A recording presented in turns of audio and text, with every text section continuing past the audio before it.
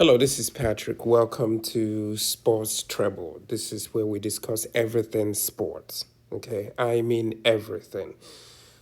Whether you call it football, whether you call it soccer, whether you call it whatever you call it, it doesn't matter. The only thing that matters is that your opinion counts. Okay, your opinion really, really counts. Your opinion matters. All right. So this is my first video on this channel. And before I go on, I want you to like, share, subscribe. Definitely leave your comment in the comment section. Okay? So once again, this is Patrick. Welcome to this. This is my first video, okay, on this.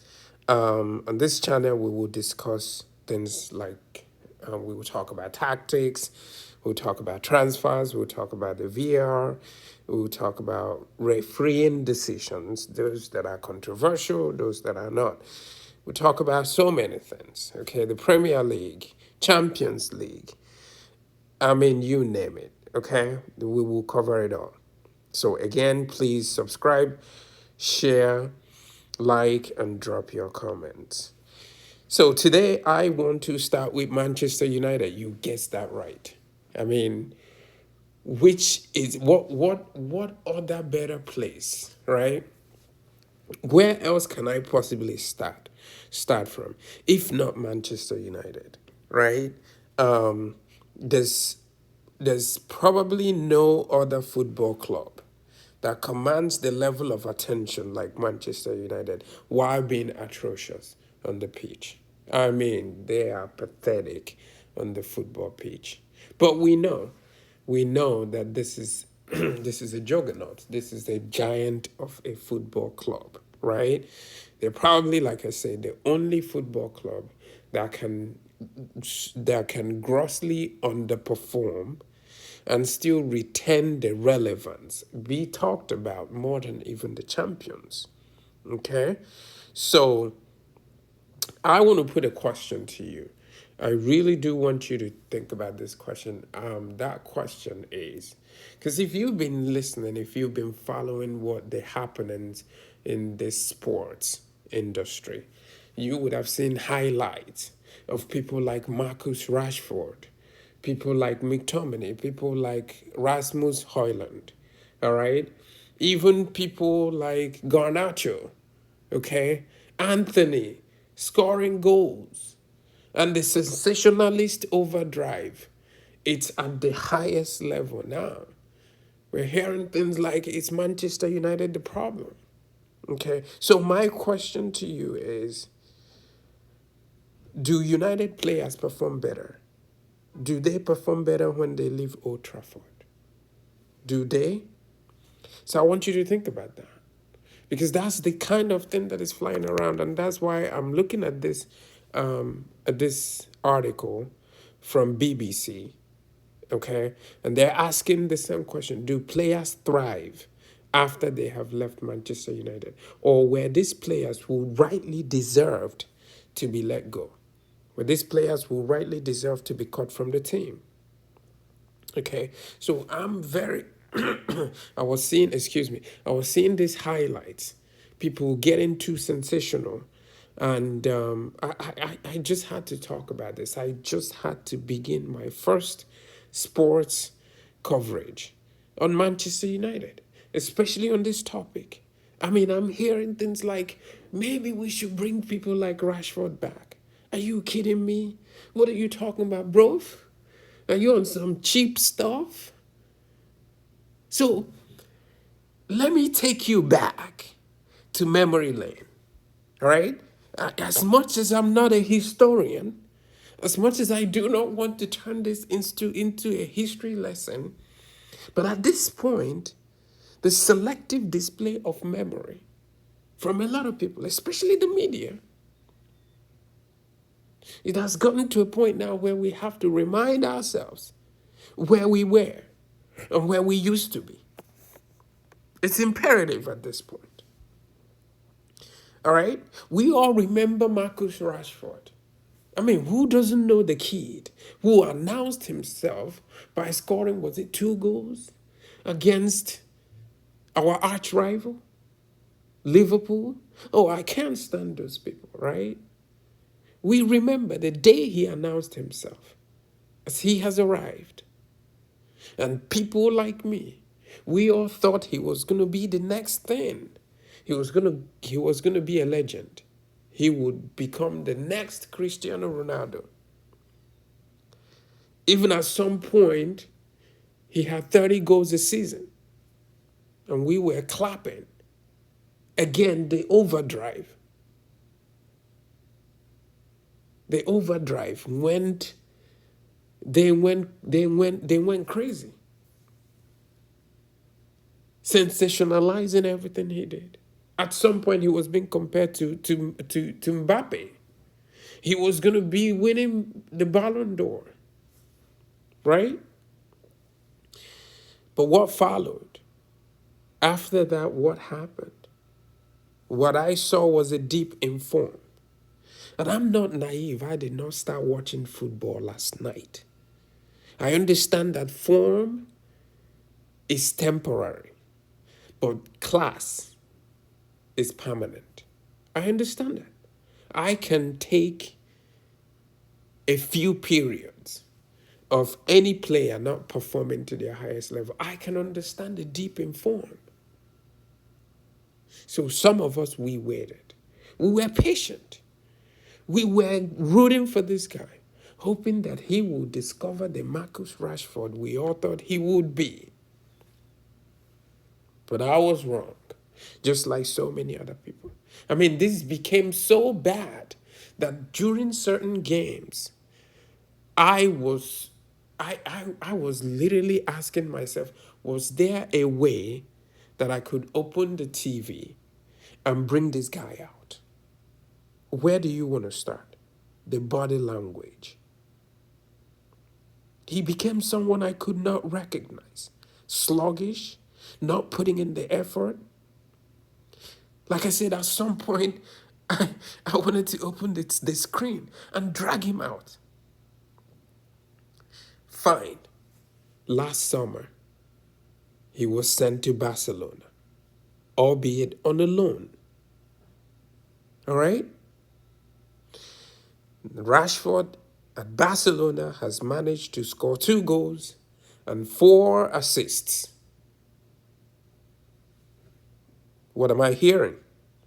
Some deluded fans are now screaming, bring him back.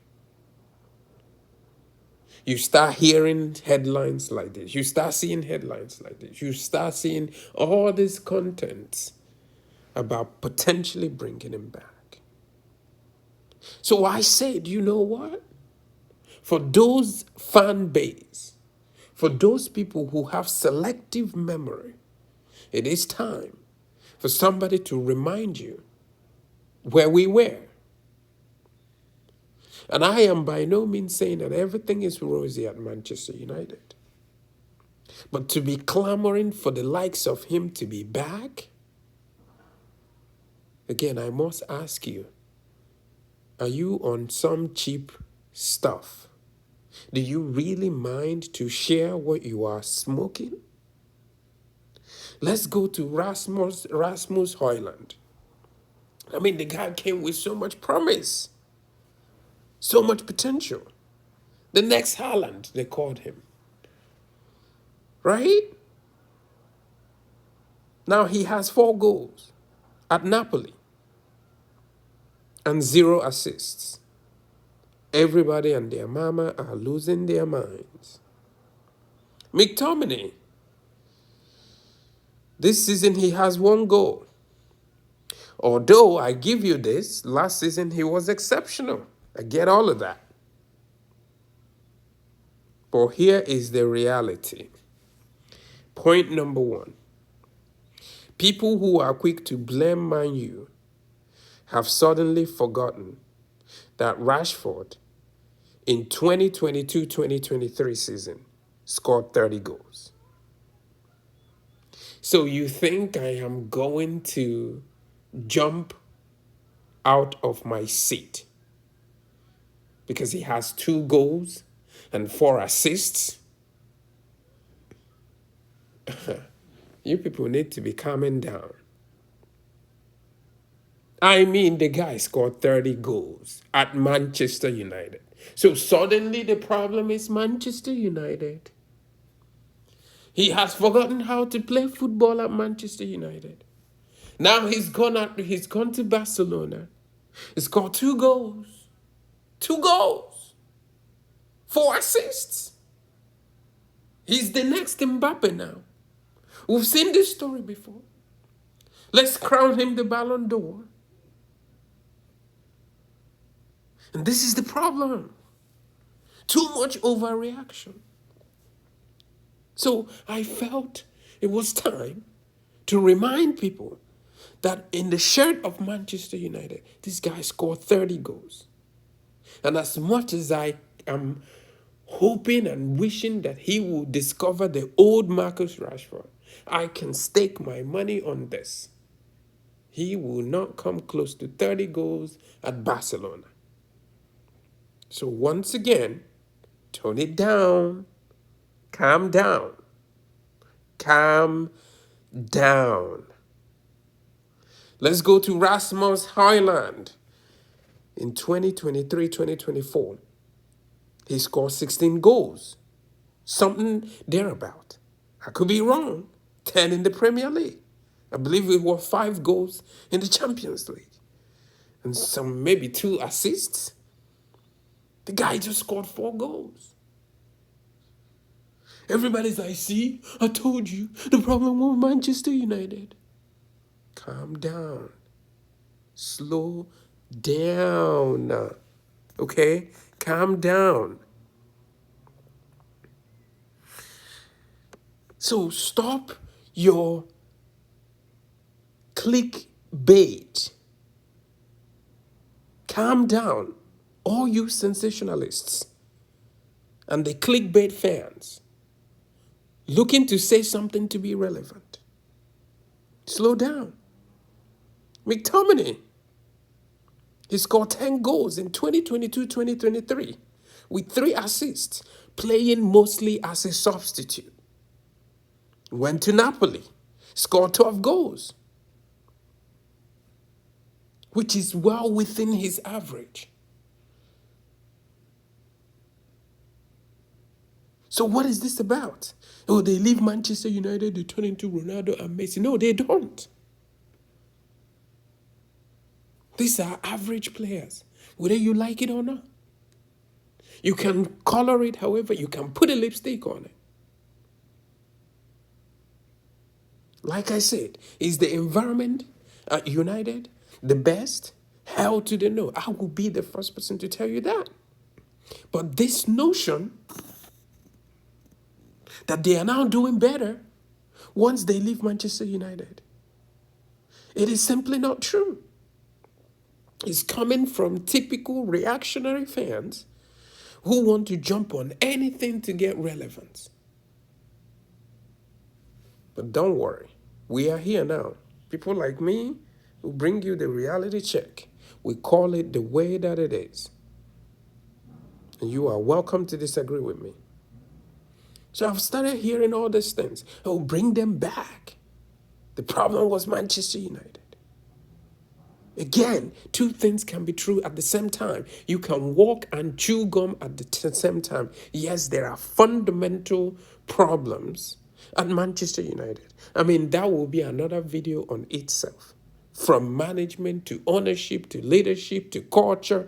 I mean, it stretches from here to the end of the side of the world. But let's stick to this narrative.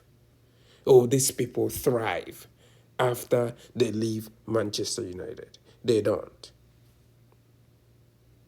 And these are the same people, I guarantee you, if Sancho scores a few goals at Villa, you will start hearing things like, oh, bring him back. No, we're not. Stop your selective amnesia. And here's my other point. I do not care what you do for other clubs. If you didn't have the drive to do it for me, I do not give an F. You can win Ballon d'Or for other clubs for all I care. That is none of my business. If you didn't have the drive to do it for me, and you now go somewhere else and you start performing, which I don't believe they are, but let's even assume that they are. I don't care. Stay there. Point number 2. Let's give them much time. I need consistent body of work so we can actually come to a point where we have enough sample size to say that they are doing better. 3, it also shows me that the expectations of a typical Manchester United fan is on the floor. That once a former United player goes out and scores a couple goals, you start hearing things like, bring him back. Oh, we just want him back. No, you are not going to have them back. They are a bunch of players who were plowing in the field of mediocrity. They were simply not good enough. They had moments. That's why they are called Moments FC. Do not forget. So the fans have contributed in promoting mediocrity. This I can understand if this is like Kevin De Bruyne or your Mohamed Salah who went to Chelsea and couldn't find enough playing time, or for whatever reason their talents were not spotted on or whatever, and they had to go and become world beaters. Then I would understand. But at best, these are average players. And the expectation is so much on the floor that anything that looks like excellence and average performance is easily tagged excellence. Finally, let me shock you. Well, this is probably not too much of a shock because it's true. If I had my chance, if you asked me which of the ex-players, if I have my way, or if I had my way, because this is not going to happen right now, if I had to bring one ex-player back as of the time he left, you know who that would be? Carlos Tevez. Oh, I love me some Carlos Tevez. He was one of my favorite players. Why? This guy played with his heart and soul. He put in 100%. Each time he wore that jersey, relentless work ethic, performing in crucial moments. Those are the players. That's why I don't play with the likes of Rooney. I want players with commitment. I don't care so much of your finesse. I appreciate your skills. But give me a hard worker any single day who does not disrespect the badge, who doesn't stroll around the pitch, just like Marcus Rashford and the likes of them were doing. Or people like Jadon Sancho, who just want to sit on their behind and collect a paycheck and move on. Tevez respected the badge. It meant everything to him. But due to contractual issues and playing time, he had to leave. I believe when he was at West Ham, he came to loan at Manchester United. His contract was being run or owned by a third party. But when he had an opportunity to play, he was what you describe as a Manchester United player. I will make a video, and that video is to tell you what a Manchester United player looks like. Not people who came to collect a paycheck. Not people whose highest ambition is to come to Manchester United. I mean people whose ambition is to be excellent at Manchester United. There's a difference. There are people, their highest ceiling is, I've made it to Manchester United. Whatever you now say, my name will be forever etched amongst the players who don the jersey of Manchester United. That's their ceiling. It's like, Mama, I have made it. Your son just graduated from Harvard University. End of conversation. You put it on your wall. Everybody who opens the door, they see it. There are players like that. But there are players who want to show that truly and indeed they belong. Playing for Manchester United is a privilege. Okay? So that's the player. If I had my way, I know this will not happen anymore. If I had my way, because when I hear all this bring back, that's the only player who left that I would have brought back. And he didn't leave because he couldn't perform, or he was lazy and lackadaisical, or he was undermining the club or sitting on his behind to collect a paycheck. He played with his heart and soul. As much as I respect Sir Alex Ferguson, I think that's one of the mistakes. And I know I might not be privy to some of the specifics and the details as to why they did not manage to get him a contract, right? But I look at that and say, man, we should have found a way to keep him at the club. Not all these brats, spoiled brats who are given money at a very tender age and they think they've become Ronaldo and Messi. That's not what we're talking about. So even when he left to City, you could see the performance at the highest level. That is what I'm talking about. Okay? So thank you for watching. Again, like, share, subscribe, and leave your comment in the section. If you had an opportunity to bring an ex-player back, who would that be? Put it in the comment section. Thank you.